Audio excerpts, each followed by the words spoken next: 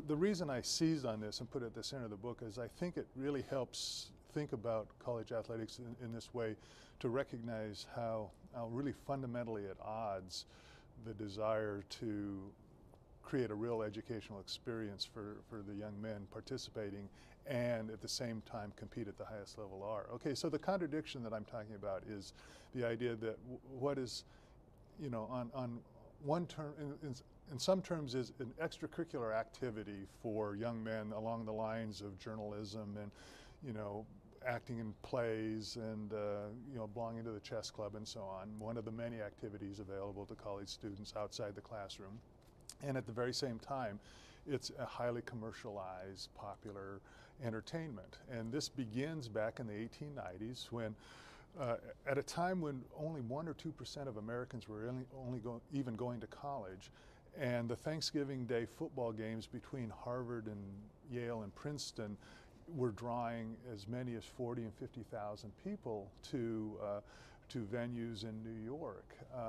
And university presidents, you know, were certainly, I think, amazed to discover that this activity that had basically been student-driven at the beginning was, you know, had this capacity to attract this larger public.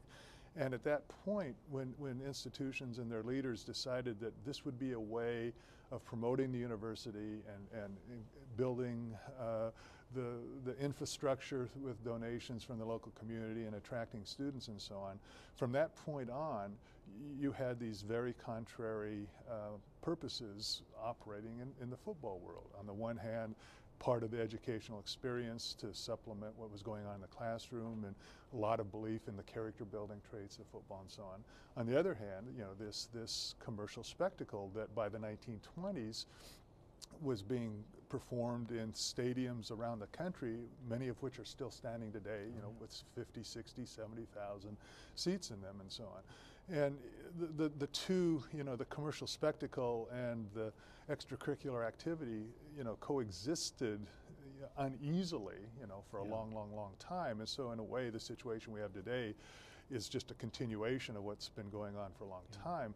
But the, you know, the magnitude of the conflict has simply gotten greater, I think. Yeah. It is very, very ironic in light of subsequent history. But having a big-time college football team was one of the advantages for the University of Chicago, seen by its founding president. What was it? Harper? Harper, yeah. William Rainey Harper. Yeah, and so he hired Stagg, who had been an All-American baseball player at Yale, and Stagg started recruiting people. And I found all this out, by the way, from reading a couple of books that are cited in your book. One about Stagg's University, the other about Robert Maynard Hutchins University. And it became such an outrage by the 1930s after Chicago, as you know, it had this marvelous football record. I think their 1905 game against Michigan is still probably one of the 3 or 4 greatest games ever played. You know, Hutchins got rid of football. Yeah, I mean, the University of Chicago is the famous case of a top football program dropping the sport, and, you know, Robert Maynard Hutchins being heroic to make that decision. It's actually a kind of a controversial decision, according to the historians, you know, whether or not it did damage to the institution short term or whatever. But the University of Chicago, of course, is an elite academic institution, and it can survive without football more easily, perhaps, than, say, you know, an Alabama or a Michigan or Ohio State or whoever could do.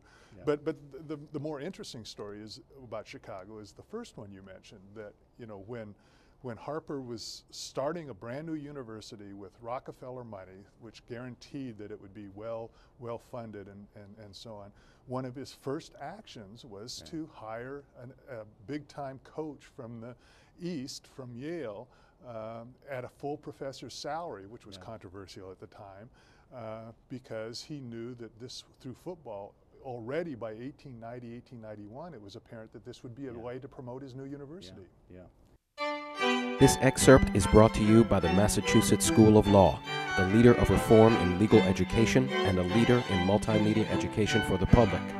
To view the full interview and for a full listing of MSL's programs, log on to mslaw.edu.